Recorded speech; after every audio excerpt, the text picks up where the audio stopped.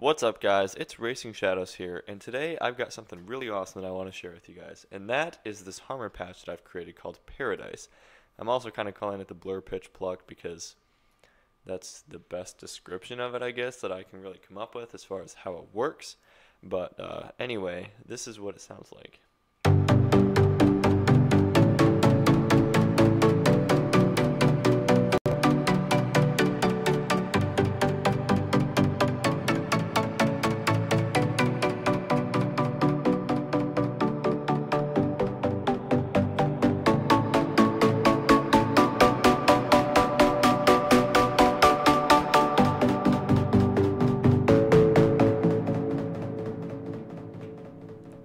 So as you can see here, I think it's actually a pretty nice sounding patch, and it works really well for applications like this where you're using it as kind of like a plucked chord progression thingy, almost taking the place of like an acoustic guitar in a mix.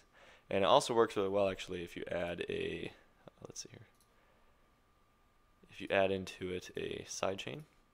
It doesn't even have to be a full sidechain, but it still just kind of adds a little bit of dimension to it, I guess.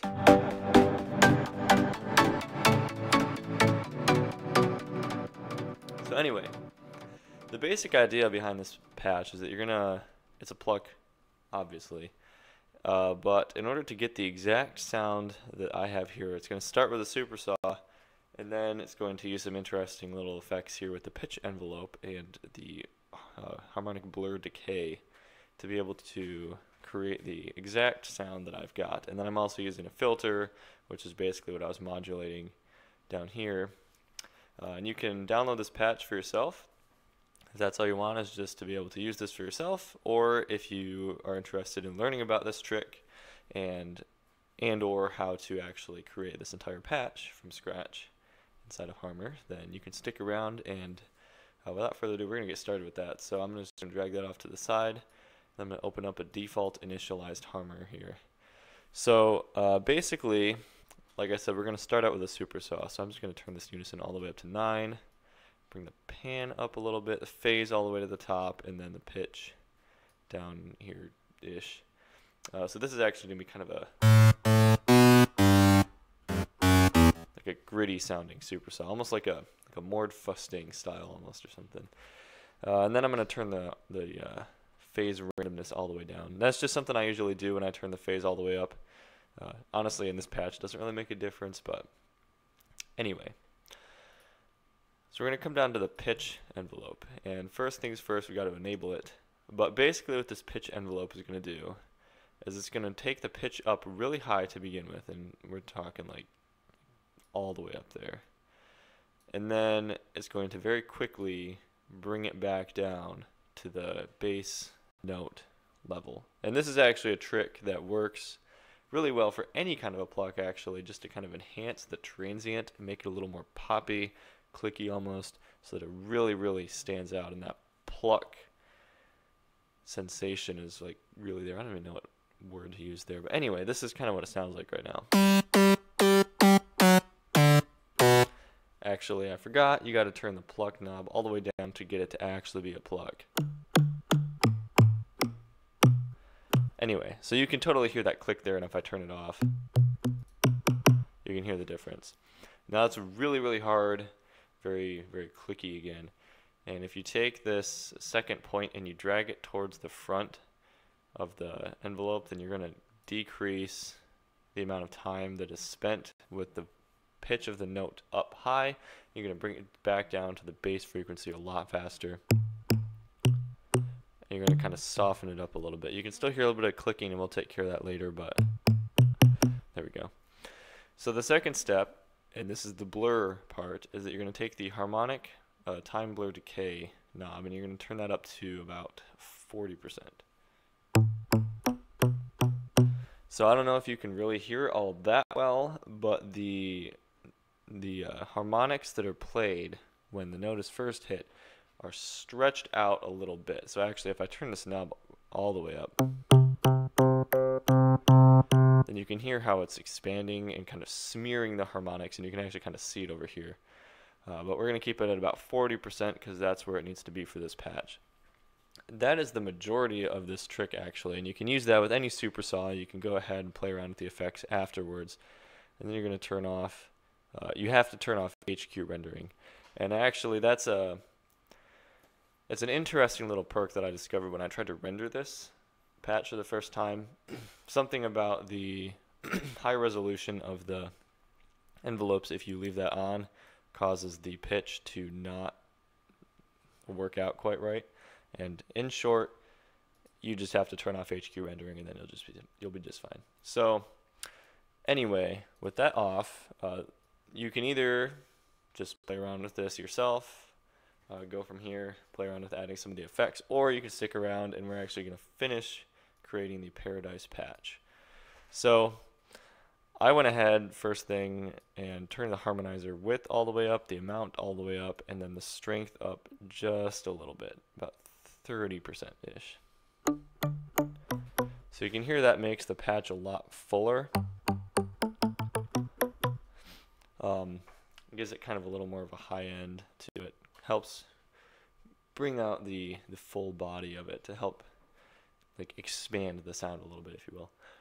And then I'm going to turn on the reverb, and I set this just to cathedral and left it just like that.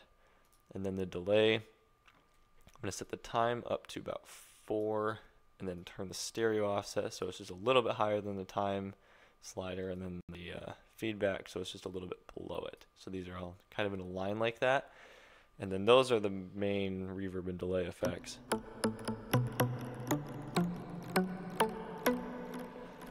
So you can hear it's actually still kind of a quiet patch at this point. And there's a couple of things that I did to be able to make it a little louder. So the first one is a compressor. Just turn on the compression a little bit. Turn the low up a little bit, and then turn the mids down, and then the highs up just a little bit like that. So not a huge difference, but just one of those little finesse things that kind of helps with this a little bit, just to bring it out. And then you're going to go to the distortion and set that to log. Turn the amount down just a little bit, and then turn the filter all the way up. And then you're going to get...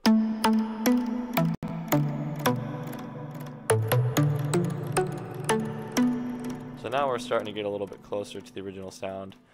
I may turn this amount down just a little more.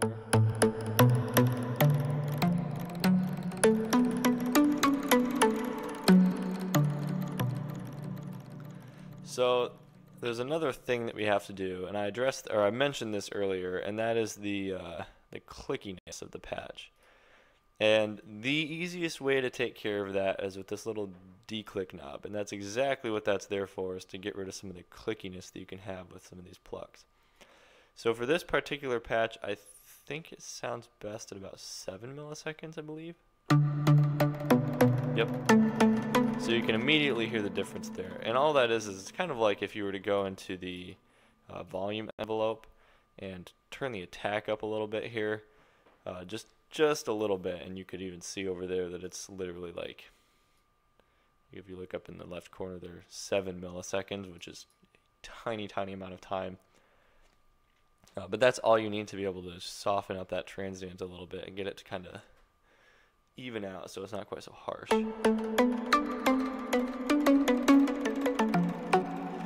So then all that's really left now is just the filter, which is actually a pretty basic filter. You're just going to leave all of these settings basically as they are, the low pass, everything, except we're going to enable the keyboard tracking, which you can do by just right clicking on it and hitting reset, which puts it to 100%.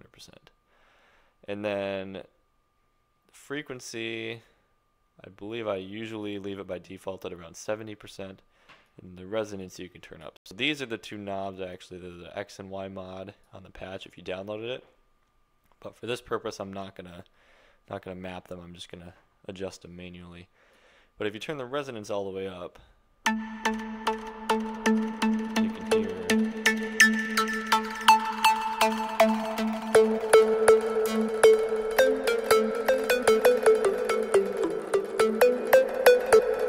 So as you adjust that frequency and get down into some of these interesting resonant frequencies. You almost get kind of a squarey type sound, a square wave, but not quite.